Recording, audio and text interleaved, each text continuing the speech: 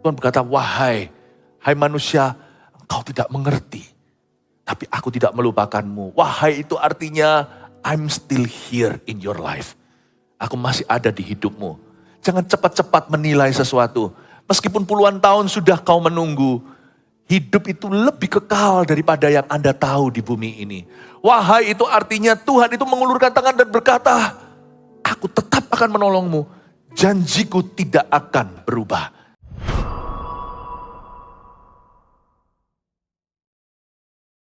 Engkau yang setia.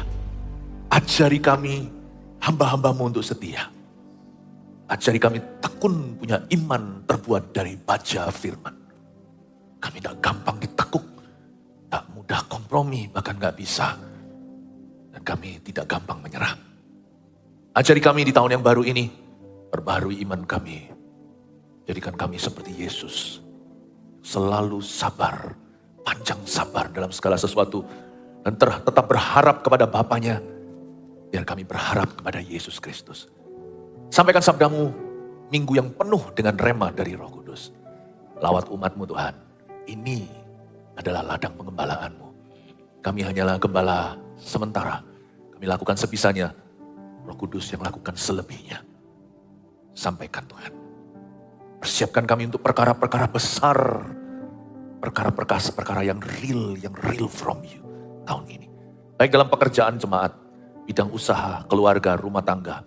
Dalam segala perkara. Mari kita sekarang melihat, membacanya di Yesaya 54. Ayat 11 sampai ayat yang ke-14. 4 ayat. Hai yang tertindas yang dilanggar angin badai, yang tidak dihiburkan. Sesungguhnya aku akan meletakkan alasmu dari batu hitam, dan dasar-dasarmu dari batu nilam. Aku akan membuat kemuncak-kemuncak tembokmu dari batu delima, pintu-pintu gerbangmu dari batu manika merah, dan segenap tembok perbatasanmu dari batu permata. Semua anakmu akan menjadi murid Tuhan, dan besarlah kesejahteraan mereka. Engkau akan ditegakkan di atas kebenaran. Engkau akan jauh dari pemerasan, sebab engkau tidak usah lagi takut, dan engkau akan jauh dari kekejutan, sebab ia tidak akan mendekat kepadamu. Setiap kebaktian ada wahyu sendiri. Salah satu ibadah tadi saya ada cerita, nyantai-nyantai tentang bagaimana kami, saya dan grup barusan pergi, kami menjadi korban rasisme. Dikasari sama orang bangsa lain, hak asasi padahal masa ketawa tidak diperbolehkan. Tapi saya ceritakan bagaimana saya menghandle-nya bersama dengan rekan-rekan, gimana kita menghadapi hal itu. Really, tahun ini akan penuh dengan pencobaan. Awal tahun aja saya sudah mengalami beberapa pencobaan. Bukan saya saja, saya dan keluarga. Tapi kita pasti berkemenangan. Karena Allah beserta kita. Setiap kebaktian ini meskipun dari pasal yang sama. Beda-beda Tuhan berbicara. Tapi kebaktian yang satu ini saya ingin untuk menunjukkan bahwa di balik setiap masalah yang Tuhan izinkan, bahkan sekalipun yang karena dosa salah kita, itu tetap ada rahmat sejahtera. Ayat sebelumnya tadi kan saya nggak baca, itu porsi ibadah sebelum ini. Biarpun gunung-gunung beranjak, bukit-bukit bergoyang, tapi kasih setiamu, setia Tuhan tidak beranjak dariku. Demikianlah firman Tuhan yang mengasihanimu. Demikianlah perjanjian damaiku dengan umat Israel. Nubuatan Tuhan lewat Nabi Yesaya. Allah kita itu Allah damai. Dia itu punya perjanjian, bukan perjanjian permusuhan. Sekalipun kita bisa memusuhi dia seringkali, sama sekali Tuhan tidak akan memusuhimu kembali. Tuhan akan menegurmu, He will chastise you. Dia mungkin akan merotan kita, tapi Tuhan tidak pernah benci sama kita. Satu hal yang Tuhan tidak akan pernah lakukan terhadap anak-anaknya adalah membenci mereka. God never has hated you. He never did, he does not, and He never will. Allah tidak pernah membencimu, Dia tidak membencimu sekarang. Dia tidak akan pernah membencimu selama-lamanya. Karena Dia punya perjanjian damai. Berarti semua perkara negatif di hadapan Dia dalam hidup kita itu ada segi positifnya. Karena Allah kita berniat baik. Dia itu selalu ingin mendatangkan kebaikan. Jadi sebenarnya di dalam Kristus tidak ada negatif selama-lamanya. Tuhan itu selalu merancangkan yang terbaik bahkan dalam skenario yang terjahat. Tapi janganlah kita jadikan itu sebagai surat izin untuk berdosa. Mari kita melanggar firman Allah, nanti sakit sendiri kalau nggak percaya. Coba ketok kakimu dengan palu. Yang jerit bukan Yesus tapi dirimu. Sekalipun Yesus tinggal di dalammu. Karena fisiknya kita, hidup ini kita yang hidupi. Namun demikian izinkan saya untuk menambatkan, untuk bisa memakukan sesuatu dalam jiwa. Jemaat, even when you are not faithful, waktu Anda dan saya tidak setia, Allah tetap setia. Siapa berani ngaku, hari ini Anda punya hari ini karena Anda setia. Gak akan ada yang berani, saya pun gak berani angkat tangan. Terus terang. Saya kan selalu terus terang, nama saya Philip kok, terus terang, Philip terang terus. Saya pasti terus terang sama Anda, saya jujur, saya gak munafik, rendah hati di atas Monas. I really tell you the truth. Saya beritahu ya, saya kalau karena kesetiaan saya hari ini sudah gak berdiri di sini. Saya udah gak layak. Beneran karena Tuhan itu yang kasihnya bandel sama aku. Karena Tuhan itu pengku. Kalau enggak ya, ruangan ini kosong. Semua diskualifikasi. Including me. Aku punya perjanjian damai dengan kamu. Mari sekarang kita lihat orang yang kurang damai itu, yaitu kau dan aku. Hai yang tertindas. Yang dilanggar angin badai. Kalau orang Israel sih salahnya sendiri. Orang Israel itu kerap kali dosa kayak kita. Yang tidak dihiburkan. Sesungguhnya aku akan mati. Mati sudah kalau Tuhan kata aku akan. Menghakimi? Bukan. Sesungguhnya. Aduh betapa indah. Betapa indahnya. Sesungguhnya aku akan meletakkan alasmu dari batu hitam. Dan dasar-dasarmu dari batu nilam. Kalau manusia suaranya udah beda. Dan dasar-dasarmu dari batu nilam? Enggak. Salahmu sendiri, hai anak-anak. Dasar kalian nakal. Bukan dasar dari nilam. Tapi dasar omelan. Sudah diberitahu berkali-kali dilanggar. Dasar kalian. Tuhan itu gak pernah mengapokkan. Tidak pernah mengkapokkan. Tidak pernah berkata, I told you so. Firmannya selalu berbunyi gini. And I am telling you. Dia gak pernah berkata, I told you. Dalam bahasa Inggrisnya. Loh, bukannya sudah Papa beritahu. Dia gak pernah begitu. Coba lihat firman Tuhan. Maka berfirmanlah Tuhan, aku berkata kepadamu. Our God is always in the present. Allah kita selalu ada di present tense. Ada di hari ini. Dia gak pernah ungkit masa lalumu. Kalau dia sampai ungkit sesuatu, itu sebuah pembelajaran supaya lain kali jangan kau ulangi. Makanya itu orang berdosa gak perlu lari dari tahta Allah. Sebab Tuhan tidak akan marahi. Tuhan tegur ya, Tuhan ajari. Tapi Tuhan tidak akan pernah omeli. Satu pribadi yang saya kenal 31 tahun sudah yang paling gak cerewet di dunia. Percayalah manusia jauh lebih cerewet. Tuhan kita itu gak pernah cerewet. Tuhan itu baik. Dia itu magnet di hidupku. Apa-apa itu aku mau datang ke dia. Karena dia orang yang paling mudah. Kurasa untuk bergaul dengannya. Orang yang paling lovable itu Yesus.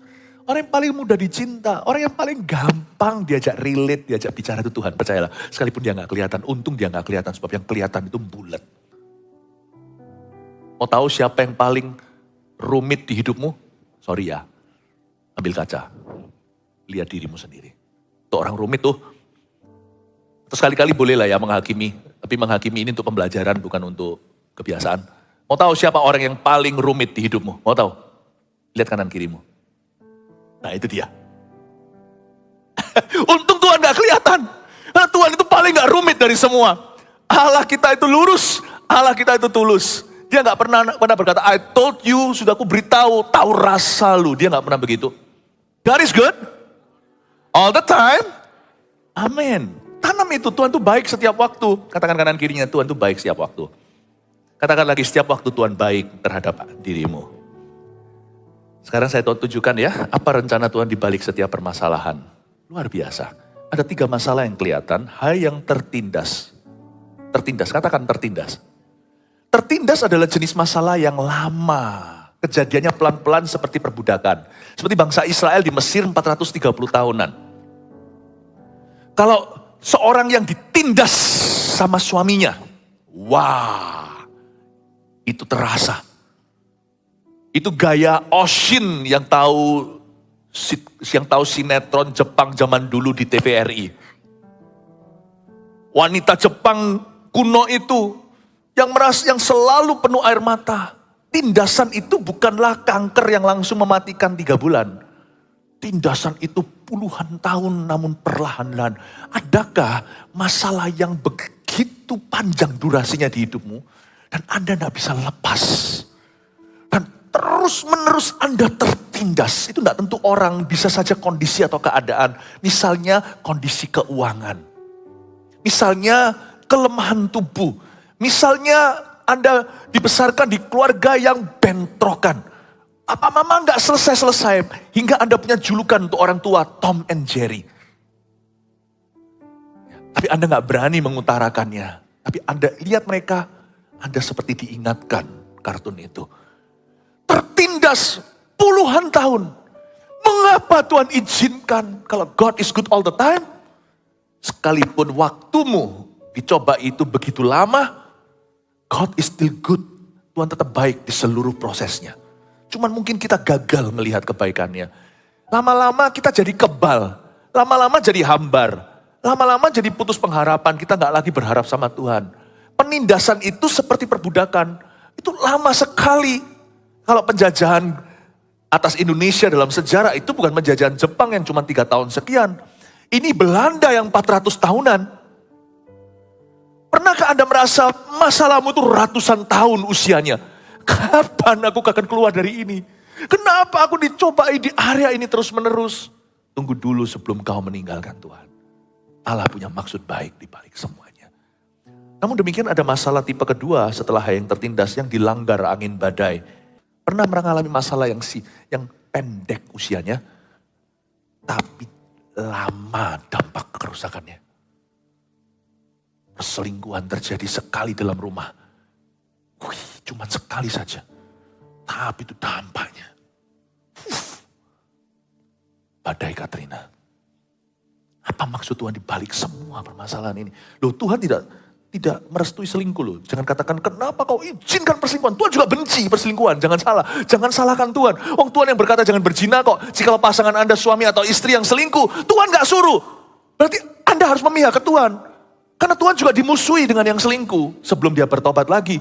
Jadi harusnya Anda yang jadi korban, misalnya pasangan yang dikhianati, harusnya cepat bergabung dengan Tuhan Yesus dalam doa. Agar pertobatan terjadi, pemulihan dan Anda dapat kekuatan. Jangan malah tinggalkan Tuhan. Lu kok malah musuhan? Bukannya sama-sama jadi korban. Tuhan juga dikorbankan. Bukankah Tuhan firman? Kalau dilanggar firman dilanggar kan Tuhan jadi korban. Tapi Tuhan tidak pernah bermental korban karena Dia yang Maha Kuasa. Anda juga jangan, Anda anak Tuhan. Bangkitlah di atas situasi itu. Exercise your faith. Praktekkan imanmu sekarang. Iman itu dipraktekkan saat baik. Iman itu dipraktekkan saat tidak baik. Praktekkan. Tapi ada tipe lagi yang namanya yang tidak dihiburkan. Yang ini bukanlah masalah yang durasinya lama atau yang sebentar namun dampaknya serius. Tidak dihiburkan ini tidak tentu ada masalah, tetapi seperti lama tidak terjadi apa-apa. Pernahkah Anda berdoa dan tidak terjadi apa-apa? Rasanya loh kok, kenapa lama? Gak tentu ada suatu krisis, tidak tentu masalahnya kritis. Tetapi orang yang tidak dihiburkan itu orang yang merasa dirinya dilupakan. Halo, aku masih di sini. Adakah orang di sana? Ada aku di dunia ini sama saja. Pernahkah Anda merasa tersesat di golongan orang banyak atau di tengah lautan manusia merasa seperti, do I matter? Apakah aku ini penting sama sekali? Tidak dihiburkan. Misalnya badai Katrina tadi. Lalu setelah itu lama government atau pemerintah USA atau Amerika tidak membangun kembali. Tidak dibangun ulang. Kota itu tetap menjadi puing-puing. Tetap menjadi reruntuhan. Lama-lama masalahnya bukan Katrina. Lama-lama masalahnya marah. Loh, kami kok dibiarkan? Halo, kota ini juga bagian dari Amerika. Tolong bangun kami kembali. Tegakkan kembali tiang listriknya supaya ada electricity. Lama-lama masalahnya bukan lagi masalah itu. Pernahkah Anda saking lamanya menunggu jawaban doa, Anda sudah lupa apa yang Anda doakan? Anda bahkan sudah lupa permasalahannya. Anda mulai jadi personal dan berkata, hey, Anda rasa terhilang. Dan lagi problemnya bukan lagi badai. Masalah penduduk bisa sama pemerintah di situ dan mulai protes dia. Kenapa kami dibiarkan puing-puing? Kenapa tidak langsung sekarang dibangun setelah puluhan tahun? Contoh-contoh nih. Ada tipe-tipe masalah yang dikeluhkan oleh hati. Ketiga-tiganya tertulis di sini. Tapi lihat ya, Yesaya bernubuat. Yesaya berkata begini, hai yang tertindas, yang dilanggar angin badai, yang tidak dihiburkan. Kata hai di sana adalah wahai. Artinya seperti seseorang disapa di gereja, shalom. Tuhan menyapa mereka dengan nada berdamai. Tuhan berkata, wahai manusia, engkau tidak mengerti. Tapi aku tidak melupakanmu. Wahai itu artinya, I'm still here in your life. Aku masih ada di hidupmu. Jangan cepat-cepat menilai sesuatu. Meskipun puluhan tahun sudah kau menunggu, hidup itu lebih kekal daripada yang Anda tahu di bumi ini. Wahai itu artinya Tuhan itu mengulurkan tangan dan berkata, aku tetap akan menolongmu. Janjiku tidak akan berubah. Kata hai di situ adalah greeting atau sebuah sapaan yang ramah dan berkata, come talk with me. Ayub juga menunggu cukup lama. Cukup lama dia tunggu bukan durasinya, tetapi gatal tubuhnya itu. Pernahkah Anda begitu gatal? Wah, gatal sekali. Menunggu, Anda tidak bisa garuk-garuk. Mungkin dalam meeting Anda sedang disorot kamera. Tapi sininya gatal sekali sini. Gini-gini kan aneh, kayak kerah. Anda tunggu 5 menit seperti 5 hari. Misalkan, pernahkah Anda plank kalau orang yang olahraga? Sit up, wah bisa 50 kali. Coba deh plank 5 menit. Tahu plank? Lurus gitu loh, kayak kayu plank. Kakinya lurus seperti itu, diam gini. Dan lihat detik jam. 1 menit terasa seperti kekekalan. Lihat nanti kalau enggak keringat semua. Lalu kalau Anda bisa 2 menit, Anda hebat. 5 menit, Anda sudah superhero. 1 menit rasa, wah aku udah rasa ini masih udah 3 menit, masih 30 detik. Pelan gitu 30, 29, 28. Kapan selesainya? Ayub itu penderitaannya begitu hebat. 1 minggu serasa seabad. Jangan pernah nilai, kenapa lama? Mungkin karena hati jiwamu menderita, semua terasa lama. Kenapa kalau liburan terasa cepat? Hai itu adalah sebuah seruan dari Tuhan. Jangan bersandar pada pemikiranmu. Di waktuku semua akan indah. Kamu jangan tinggalkan aku, karena akan lebih sakit. Kamu tetap tinggal tenang. Sebab aku Tuhan akan meletakkan alasmu dari batu hitam. Batu hitam ini bukan batu kali dan dasar-dasarmu dari batu nilam. Semua batu yang disebut di sana di ayat 12 termasuk batu delima. Batu manika merah, batu permata. Ini semua suka khususnya wanita. Batu semua ini termasuk berlian, ada satu sifat kesamaan. Mereka lama diproses di alam semesta. Gak ada batu semuanya ini adalah batu yang diciptakan pabrikan. Kalau Anda baca lagi sebelum kita mau mencari arti rohani, sesungguhnya aku akan bla bla bla, muncul batu hitam, batu nilam, delima, manika merah, bahkan permata. Semua ini dengan durasi waktu. Semua dengan durasi waktu. Ada berkat. Dan sebagian dari berkat Tuhan terbaik itu hanya didapat bukan sekedar lewat beriman instan. Tapi lewat jalan ketekunan. Some of the greatest blessings in my life. Beberapa berkat terbesar di hidup saya ya. Kalau saya sekarang jujur, introspeksi dan evaluasi melihat ke belakang itu boleh. Tapi bukan untuk ingat salah orang.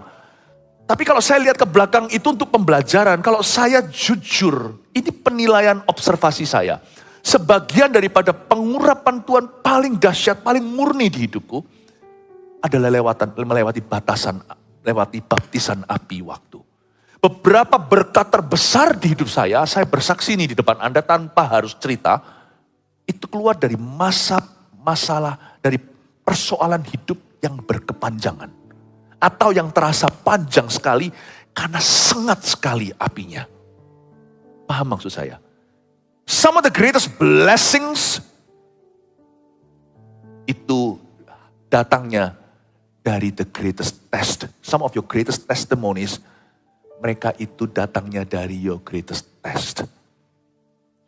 Saya pikir iya ya. Wow. Kalau Tuhan Yesus pada waktu disalibkan, hanya 1 hari katanya, Tuhan Yesus tidak ada penderitaan seperti Tuhan. Di atas kayu salib saya belajar waktu saya menjadi seorang siswa teologi. Saya membuat sebuah riset, itu salah satu paper saya, tentang the pain of crucifixion. Sakitnya disalibkan. Luar biasa. Tahu nggak, penyaliban itu sudah dilarang di dunia peradaban. Karena dia terlalu biadab. Hewan aja tidak boleh digitukan.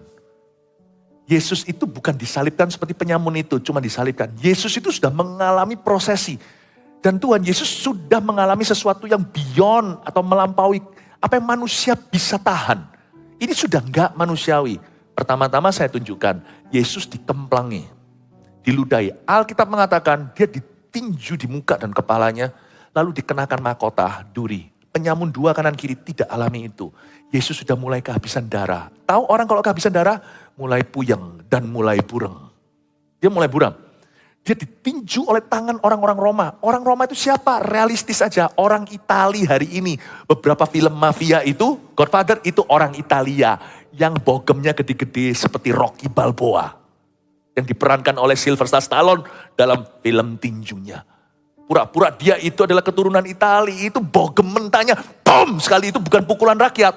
Itu tentara. Dos, pukulin. Dicambuk 39 kali 40 kurang 1. Ujung cambuk itu semua pakai either tulang-tulang belulang yang tajam tulang-tulang itu atau taring-taring. Atau logam yang pecah. Itu dicambuki jebles. Masuk ke dalam tubuhnya. Itu sakit. Keluar lebih sakit, tahu gak Anda? Waktu masuk itu bukan satu taring tapi beberapa sisi. Waktu dia masuk seperti cakarnya beruang mencakar, masuk keluarnya itu dia mencabik daging. Makanya tubuh Yesus sebelum disalib sudah daging cacah. Jadi gak bisa kita perankan lewat drama. Waktu itu menempel ke kayu, itu infeksinya kayak apa? Itu kayunya salib, Anda pegang gini langsung beler tangan Anda. Itu kayu-kayu yang sangat-sangat, dan itu kena, itu perihnya luar biasa. Yesus dipaku tanpa ditali, seperti banyak di film-film.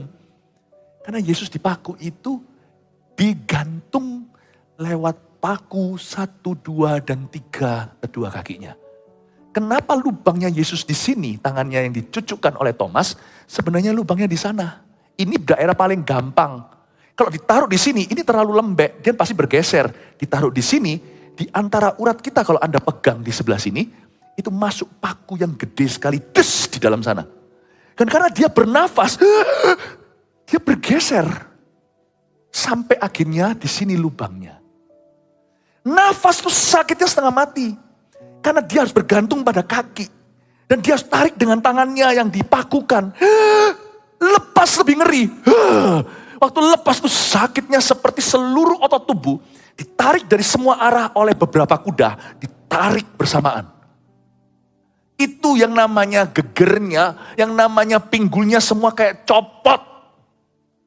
Artritis gak ada apa-apanya.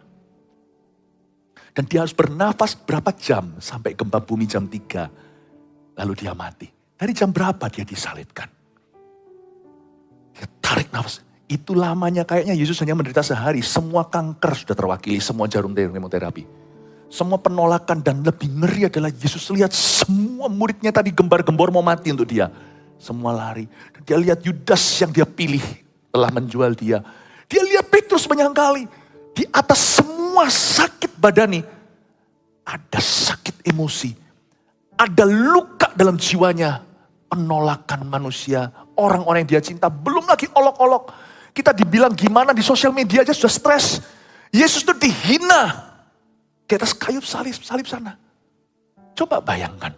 Pernahkah Anda broken heart? Dulu kejar cewek, lalu habis itu gak mau. Gak makan pun gak terasa lapar ya kan? Zaman-zaman dulu bujangan kan kurus-kurus ya. Mungkin kalau cinta tidak bertepuk sebelah tangan, gak makan gak terasa. Tahu gak? Sakit yang lebih ngeri daripada yang jasmani adalah sakit emosi. Coba lihat, kalau tiba-tiba pasangan yang Anda cintai itu meninggal dunia. Anda gak makan pun gak lapar. Pasti gak nafsu makan. Saking sedihnya. Orang sedih itu ada yang sampai mati loh. Yesus tuh sedihnya kayak apa? Melihat Bapaknya memalingkan wajah dari dia gara-gara kita. Gak pernah musuhan sejak Alfa Omega. Sejak kekal sampai kekal. Coba bayangkan. Dan Yesus lihat semua itu meninggalkan dia. Dan musuh-musuhnya gaya. Dan semua orang salah paham dikiranya dia dihukum Allah. Pernahkah Anda gak salah? Seluruh dunia menganggap Anda dikutuki oleh Allah. Wow. Saya pernah ada episode di hidup saya ketika saya pergi ke mall misalnya. Padahal saya gak ada apa-apa. Cuman karena 1-2 kejadian dan orang-orang mencoba membunuh karakter saya di mall. Kelihatan orang yang pernah saya doakan sembuh. Dan saya dianggap seperti penyakit. Itu rasanya sakit. Saya bilang, kamu kok bisa makan gitu aja kata-kata. Hanya karena orang yang iri dengan pelayananku. Sakitnya luar biasa. Tapi orang itu kan siapa? Ya sudah. Yesus tuh doakan semua yang sembuh. Mana semua mereka? Mana semua itu 5.000 orang yang dia kasih makan? Mereka sama-sama berkata, salibkan dia. Salibkan. Saya ingin untuk tunjukkan bahwa penderitaanmu tidak seberapa Bapak Ibu. Tahun ini saya booster Anda. Bukan dengan vaksin COVID. Saya booster Anda hari ini lewat khotbah ini. Supaya anti sakit. Jangan gampang sakit hati. Jangan gampang nyerah, jangan gampang ngeluh, aduh sakit, janganlah. Tahun ini ada banyak perkara besar. Anda harus kuat, Anda harus tahan banting. Orang Kristen gak boleh lembek. Kita itu hanya sifatnya domba. Tapi kita harus punya kekuatan gembala. Hayang tertindas, hayang dilanggar angin badai yang tidak dihiburkan. Sesungguhnya aku akan meletakkan alasmu dari batu hitam, dasar-dasarmu dari batu nilam. Kalau Anda baca itu berarti ada berkat yang Tuhan simpan bagi orang yang tekun dan orang yang sabar menderita. Ada sebuah seni yang Anda dan saya harus pelajari semua tahun ini. Seni bersabar menunggu doa yang tertunda jawabannya. Setiap doa yang tertunda jawabannya, jikalau dari sisi Anda sudah melakukan bagiannya, bukannya kita berdosa atau apa, tapi kalau kita sudah lakukan bagian kita, doa itu belum terjawab, jangan cepat marah maupun kecewa ataupun putus asa. Ketahuilah setiap kali ada doa yang lambat dijawab, itu berarti nanti akan dijawab beserta dengan bunga-bunganya. Kalau sampai dijawab sekarang saya paling dapat batu kali. Tapi kalau dijawab nanti, saya akan dapat batu nilam, batu hitam, batu delima, manika merah, dan permata. Saya selalu menaruh curiga yang positif sama Tuhan. If you are not answering me today. Bukan menuntut ya. Tapi GR gede rasa. Ini namanya, kalau percaya diri itu jangan berlebih. Jangan over PD. Kalau beriman boleh over iman. Karena iman gak pernah over. Anda gak bisa overdosis iman itu gak bisa. Percayalah, kita akan selalu berada di divisi. Tambahkan iman kami. Saya selalu belajar untuk curiga. Kalau doa saya belum terjawab hari ini, apalagi saya sedang dalam masalah. Saya tidak menuding Tuhan dan berkata, mengapa? Karena itu akan menyesatkan saya. Pertanyaan mengapa itu nggak ada jawabannya di dunia. Nggak ada jawaban yang memuaskan. Adalah 1-2, kalau Anda dapat konselor yang bagus, dia bisa arahkan ini itu. Tetapi sebenarnya nggak ada jawabannya. Jadi saya nggak tanya mengapa, karena saya tidak mau tersesat.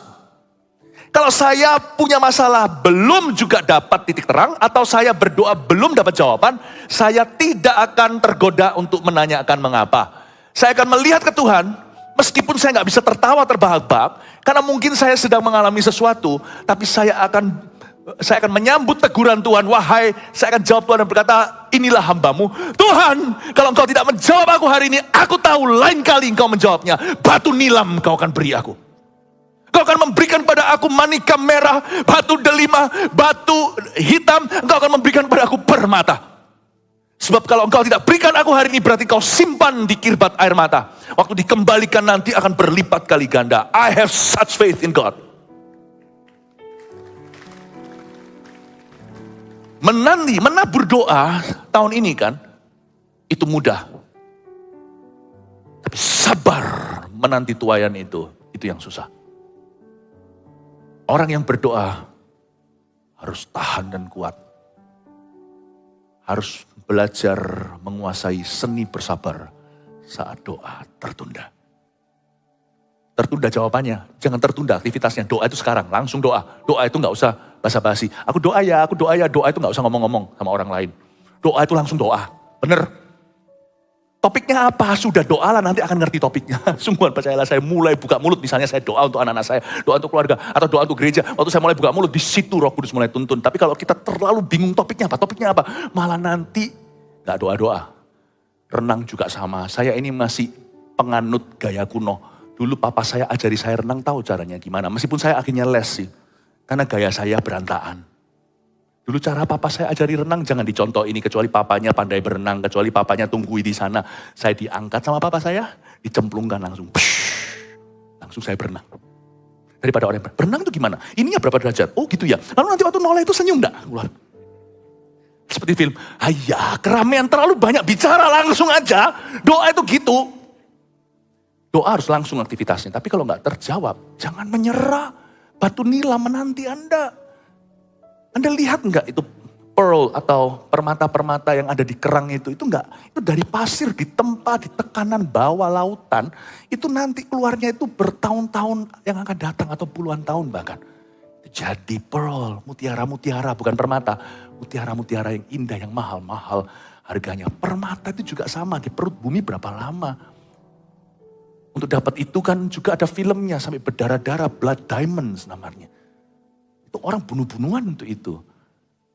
Nanti kalau orang tekun enggak ada orang yang mau. Tapi sekali jadi banyak orang rebutan urapanmu. Aku mau kayak orang itu dipakai, aku mau diberkati kayak dia. Anda cuma mau permata berlian jadi. Tapi proses alaminya itu. Jangan takut proses Tuhan. Jangan takut proses menunggu. Beberapa berkat terindah itu perlu waktu di hidupmu. Amin Bapak Ibu Saudara. Perlu waktu dalam hidup Anda. Waktu is good. Jangan hanya beriman saja. Iman itu menghasilkan ketekunan. Dan ketekunan menghasilkan tahan uji. Bagi orang yang terlatih dewasa di dalamnya. Dan tahan uji itu akan menghasilkan keserupaan dengan Tuhan. Some blessings don't come instantly. Beberapa berkat tidak datang secara instan. Tapi perlu waktu untuk menunggu. Hai jiwaku, pujilah Tuhan, tenang teduh. Dan Anda tidak disuruh menunggu sendiri. Lihat ayat 13. Semua anakmu akan menjadi murid Tuhan. Dan besarlah kesejahteraan mereka. Engkau akan ditegakkan di atas kebenaran. Ayat 13. Bicara tentang anak, bicara tentang keluarga. Engkau tidak disuruh menunggu sendiri. Belajarlah untuk menemukan sistem support system di dalam keluarga. Dan di dalam keluarga rohani. Jadikan keluarga Anda itu mesbah tahun ini agar Allah melawat umatnya seperti video klip sebelum ibadah tadi. Bangun. Mesbah keluarga itu gak harus, Anda enggak, sudah ada CG di gereja ini. Mesbah keluarga itu informal aja, hubungan dalam family itu sesuaikan dengan cara masing-masing. Tapi harus ada komunikasi kasih. Saling berdoa dan mendoakan. Alangkah indahnya kalau tahun ini keluarga Anda juga sama-sama melayani. Lebih indah lagi kalau keluarga itu semuanya, keluarga itu datang ke satu gereja. Saya ngomong gini harus fair. Ini berarti ada anggota keluarga yang sekarang masih pencar-pencar, nanti pindah ke gereja Mawar Sharon yang kami gembalakan. Puji Tuhan. Tapi saya juga harus fair. Saya ngomong gini juga ada efeknya. Bahwa jikalau ternyata Anda yang harus join dengan keluarga yang sekarang beribadah di gereja lain, saya harus adil. Jikalau bukan sebagai gembala sidang, saya harus adil sebagai penginjil. Go. Saya mending lihat Anda bersatu dengan keluarga Anda daripada pencar gereja. Karena beda. Kalau ada satu visi dalam gereja, itu nanti ya menunggu apapun tak terasa lama. Lihat Yesus anak Allah. Pikul salib aja Tuhan Bapak kirim Simon dari Kirene. Pergi ke Getsemani aja Yesus bawa muridnya 3 sekalipun ujungnya bojai semua. Ujungnya percuma ya kan. Tertidur tapi Yesus ajak 3 orang untuk bersama dengan dia berjaga-jaga. Petrus, Yohanes, Yakobus. Segala sesuatu yang sifatnya mengeluarkan peludara perlu saudara. Keluarga itu jadikan mesbah, dan alangkah indahnya kitab Yosua. Kalau keluarga itu satu gereja, worship. Tapi kalau bisa sih, mereka yang kesini.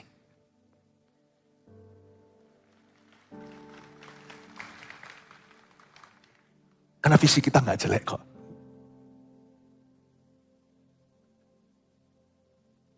Karena Alkitab berkata, anak-anakmu akan sejahtera.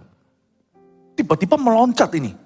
Dari angin badai lah, dilanggar lah semuanya. Tiba-tiba ada, seperti ada Goshennya, ada tempat yang luput di Mesir itu. Seperti ada satu, place of refuge. Seperti ada sebuah tempat pelarian. Rasanya seperti ada sebuah, kalau semuanya di sini kekurangan oksigen, ada satu ruang itu oksigen full. Jadikan CG kayak gitu. CG itu harus adem. Meskipun itu misi, meskipun itu radikal. CG itu tempat kita menemukan ademnya roh kita. Jadikan rumahmu kayak gitu secara sengaja. Makanya itu jangan sembarangan atau sembrono di rumah. Mentang-mentang ini keluarga, ini flesh and blood atau daging dan darah. Kita semprot mereka, jangan. Apapun yang kau semprot di rumah kembali menyemprotmu nanti. Menabur doa itu berarti juga menabur yang benar di rumah. Lihat tadi itu, Tuhan berkata, hai yang tertindas yang dilanggar badai segala. Semua anakmu akan menjadi murid Tuhan. Wah, keluarga. Tuhan berkata, di keluarga engkau akan menemukan tempat persembunyian. Celakalah kalau badai taufannya datangnya malah dari rumahnya. Badai taufan itu bisa terjadi di luar, tapi pulang ke rumah kita itu merasa seperti dapat tempat perteduhan. Seorang laki-laki yang mau jadikan rumahnya tempat perteduhan, taburlah kasih. Seorang wanita yang mau pulang ke rumah, lihat, saya bisa ngalami badai ya, meskipun rumah tangga saya tidak sempurna. Tapi saya pulang ke rumah itu sesuatu yang saya nunggu-tunggu, sesuatu yang saya nanti-nanti. Saya mau pulang ke rumah itu, taruh masalahku di luar. Waktu saya sampai rumah ya, terutama setelah saya mandi gitu, lalu ketemu keluarga atau makan malam bersama, Tuhan menyediakan hidangan bahkan di hadapan lawan. Sungguhan loh, masalah gak harus selesai hari ini. Tapi kalau saya sampai ke rumah saya, terasa selesai. Make your family your closest heaven. Buat keluargamu adalah surga terdekatmu. Kalau kita ingin di rumah yang feel-nya minimalis, ya tolong didekor minimalis. Kalau kita mau rasa bersih, ya bersihkan rumahmu. Dulu saya waktu bujangan gak mengerti itu. Wah, zaman dulu kan saya masih nakal. Jadi saya gak suka pulang ke kamar. Karena di kamar saya seperti kapal pecah. Saya lebih enak ngafe. Sekarang terus terang bukan karena usia. Daripada ngafe kemana segalanya, saya lebih suka di rumah. Makan di rumah itu kesukaan saya.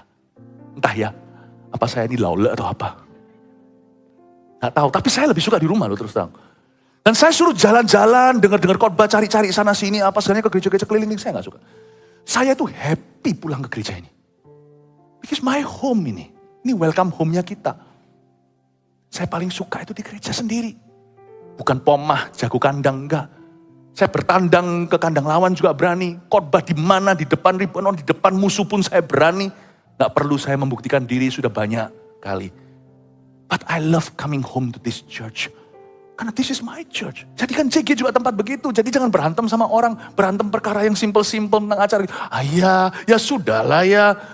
Di CG juga jangan gosip, jangan kita saling sikat. Karena CG itu tempat perteduhanmu. Di situ kau dimuridkan dan besar sejahteramu. Di rumah juga sama. Jadikan seluruh rumah itu murid Yesus kan enak. Kalau di rumah urusannya hubungannya bukan hanya papa, mama, suami, istri, dan anak-anak. Tapi kalau sama-sama murid Tuhan itu lain loh rumah itu. Rumah itu tetap bisa ada konflik. Tapi konfliknya bagus. Konfliknya ke arah menyempurnakan, bukan menjatuhkan. Jadikan rumahmu. Karena Alkitab mengatakan di sini, kalau ada persoalan itu lama, Anda perlu tempat perlindungan. Dan tempat perlindungan itu ayat 13. Yaitu anak, istri, suami, keluarga, dan keluarga rohani. Menjadi murid Tuhan. Dan besarlah kesejahteraan mereka. Wow. Mari kita sama-sama bangun yuk. Tahun ini, Anda punya cita-cita apalah, mau beli apa. Cita-cita itu jangan seputar beli. Karena beli itu pasti progresif. Anehnya, orang yang cita-citanya beli doang, melulu nanti lama-lama bukan membeli, malah terus menjual, paham maksud saya? Demi beli ini dia jual itu, dua jual itu, akhirnya dia jual diri. Visi untuk membeli itu progresif aja. Jadikan tahun ini apa yang kau bangun, cita-citanya begini, aku mau jadikan rumahku sejahtera. Kalau Anda mau menuai sukacita, tabur yang benar. Kalau Anda mau menuai damai sejahtera, mentabur yang benar sesuai dengan apa yang Yesus ajarkan pada murid-muridnya. Amin Bapak Ibu Saudara. Ayo kita buat goal tahun ini, yaitu membuat rumah Anda sejahtera. Kan ada beberapa masalah cukup lama. Tapi saya percaya itu semua hasilnya ujungnya adalah batu nilam. Katakan amin. Tapi di dalam permasalahan kita itu ada tempat, ada kota perlindungan namanya keluarga yang damai sejahtera.